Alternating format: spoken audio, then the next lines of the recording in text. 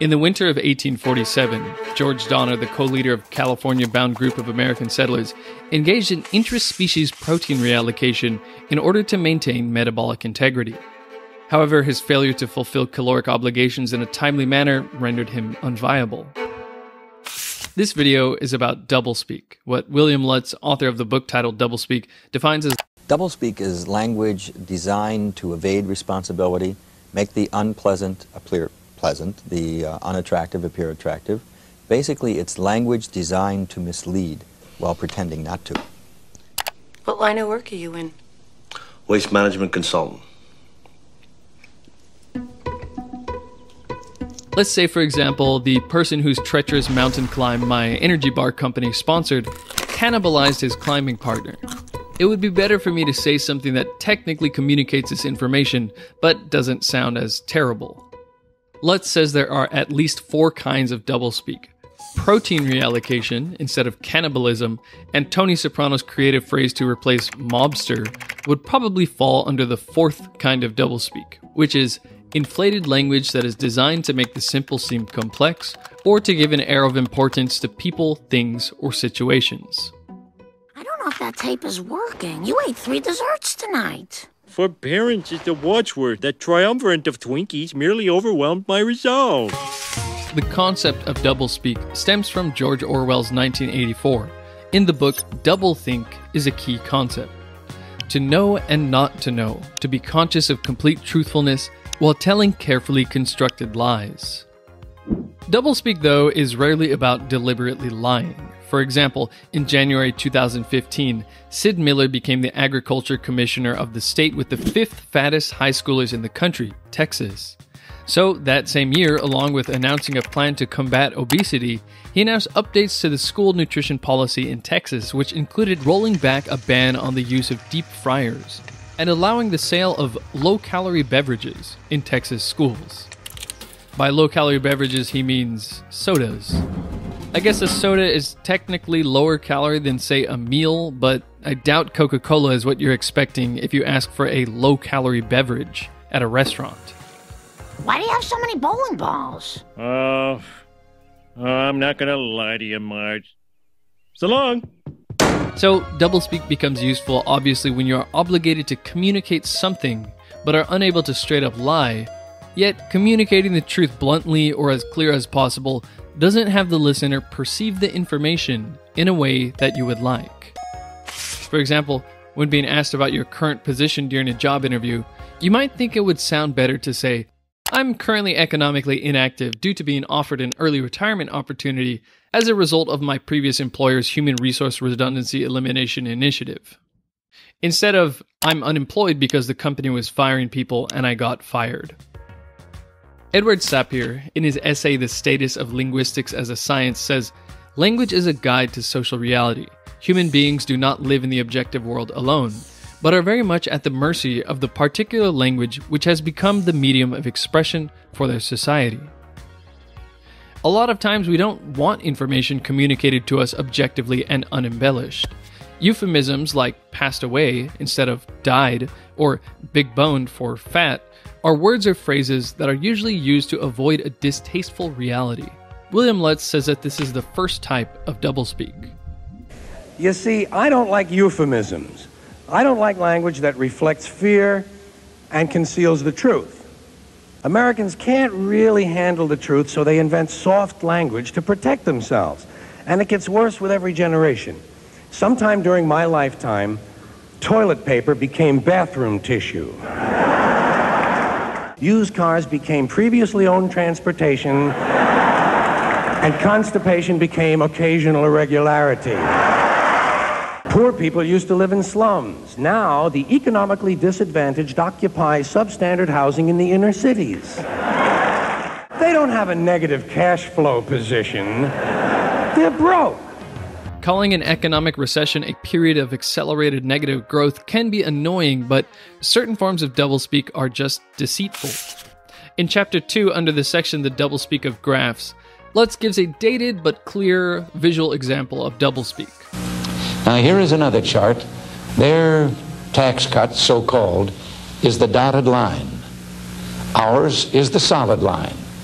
As you can see, our tax cut keeps on going down and then stays down permanently.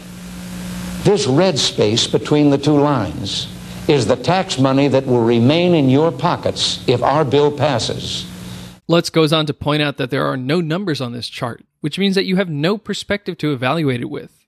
When you make the dollar scale from $0 to $2,500 rather than the awkward $2,150 to $2,400, it appears much less impressive. This kind of graphical doublespeak also appears elsewhere, used by the pharmaceutical industry for the heart-protecting, cholesterol-lowering wonder drug, statins.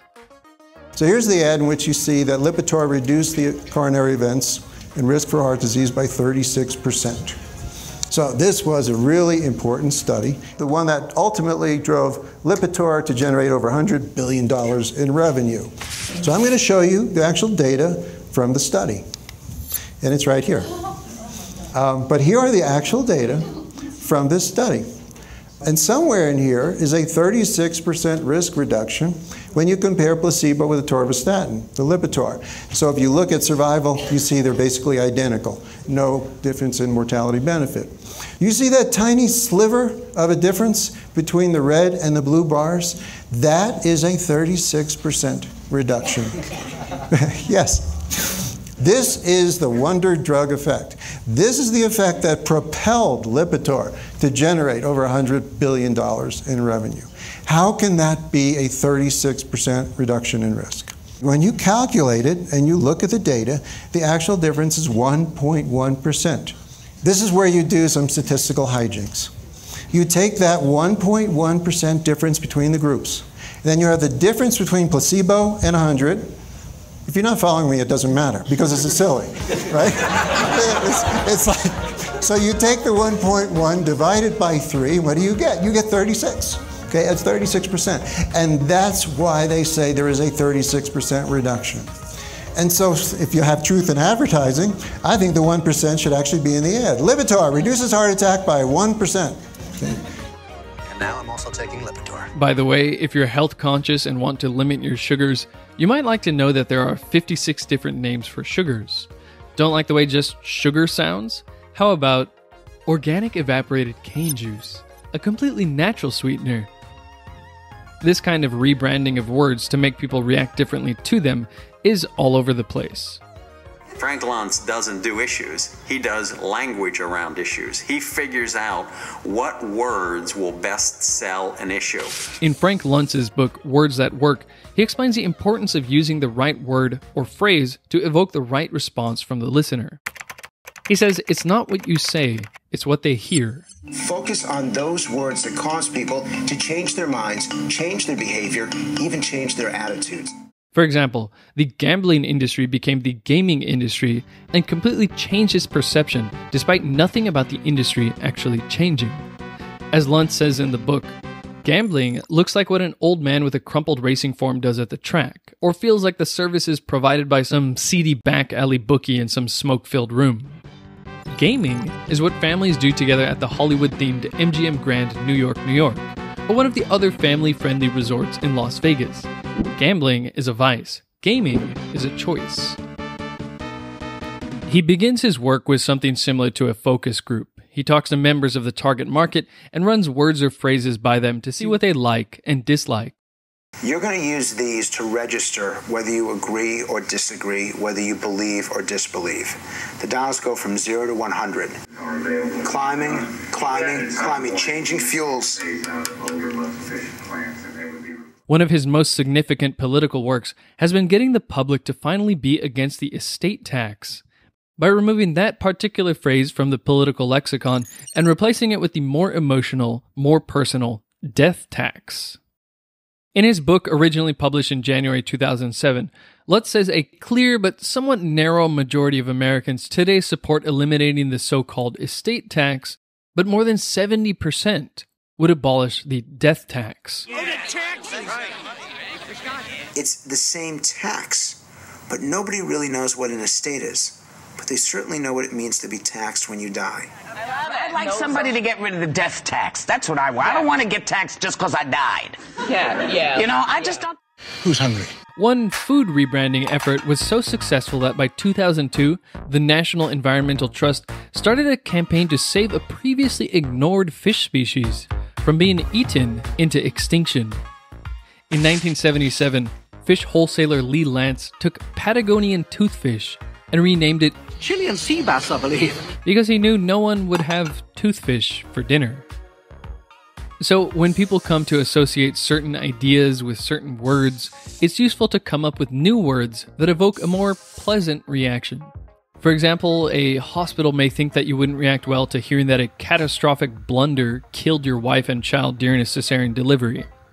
So it's better to describe the anesthesiologist having turned the wrong knob and giving the mother a fatal dose of nitrous oxide as a therapeutic misadventure. At least St. Mary's Hospital in Minneapolis in 1982 thought this wording would be better. 3 weeks ago in Los Angeles, the surgeons killed the patient in a series of incidents that the pathologist called incredible stupidity and incompetence. It included slitting the patient's throat during surgery. This was called a therapeutic misadventure. William Lutz says the second kind of doublespeak is jargon, the specialized language of a trade or profession. It is useful and necessary to know jargon to communicate within your field, but whether it is doublespeak or not depends on where you use it.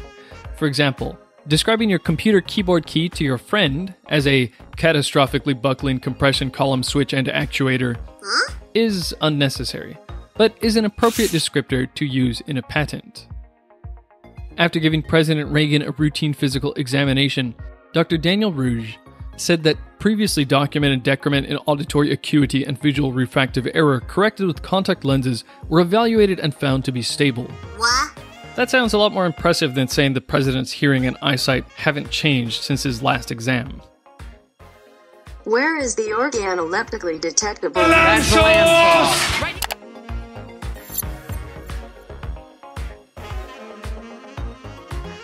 And finally, William Lutz says the third type of doublespeak is gobbledygook, or bureaucratese. Basically, such doublespeak is a matter of piling on words, of overwhelming the audience with words. There are plenty of examples of politicians using bureaucratese when forced to comment on something that they really don't want to comment on, but a good example is NASA's ex-associate administrator Jesse Moore's performance in terms of the lexicon he was operating under. After the 1986 Space Shuttle Challenger disaster, Jesse Moore was asked if the performance of the shuttle program had improved with each launch. He answered, "I think our performance in terms of the liftoff performance and in terms of the orbital performance, we knew more about the envelope we were operating under, and we have been pretty accurately staying in that. And so I would say the performance has not by design drastically improved. I think we have been able to characterize the performance more as a function of our launch experience as opposed to it improving as a function of time." Pretty much everyone will at some point dress up facts in some kind of way, even in our day-to-day lives. People use doublespeak because from a young age we learn that consequences exist. So tell me, did you eat the chocolate cake? No, Mommy. Just because someone uses doublespeak doesn't make them a crook, but when you don't quite understand what is being said about something important to you, it's good to ask, what exactly is this person saying? For example, you might be looking into investing and come across words like subprime mortgage or collateralized debt obligation. It would be good to clarify for yourself specifically what that means. So the banks started filling these bonds with riskier and riskier mortgages. By the way, these risky mortgages are called subprime. So whenever you hear subprime, think shit. Hold on, so mortgage bonds are dog shit. CDOs are dog shit wrapped in cat shit. Yeah, that's right. Okay. And something I've been wondering lately, what does detox mean? It seems there's hundreds of products promising to detox your body, but what exactly is being detoxed? Cadmium or mercury? Reactive oxygen species? Benzene? Wouldn't it be nice to know which toxins are being detoxified by which product? So I could make sure to drink this when I'm taking way too much aspirin, or take this for my excessive use of BHT containing cosmetics. Maybe this detox tea product could help me detoxify metals or PCBs or something like that, but I wouldn't know because all I can find about the ingredients is that they are time proven to help your body with the detoxifying process. What the hell are you talking about?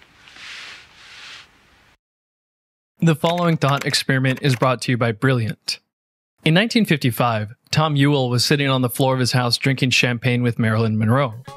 The glass of champagne constantly produces gas bubbles on the bottom, which rise to the surface. Suddenly, a bout of appendix pain causes Ewell to drop his glass. What happens to the bubbles in the glass as it falls? A. New bubbles form and rise just as they did before. B. New bubbles form but they never start rising. C. All the rising bubbles fall to the bottom. Or D. All the rising bubbles remain fixed in place. Want to know the answer and explanation? Check out Brilliant.org, a website designed to make topics like physics, math, logic, and computer science fun and engaging. With daily challenges like the champagne glass one, and over 50 interactive courses that you can even access offline on your smartphone, you can learn wherever you are, whenever you have time. So if you want to dive into a course packed with stories, code writing, and interactive challenges, or keep your mind sharp with bite-sized daily challenges, check out brilliant.org/WIL. And the first 200 people to follow my link will get 20% off the annual subscription.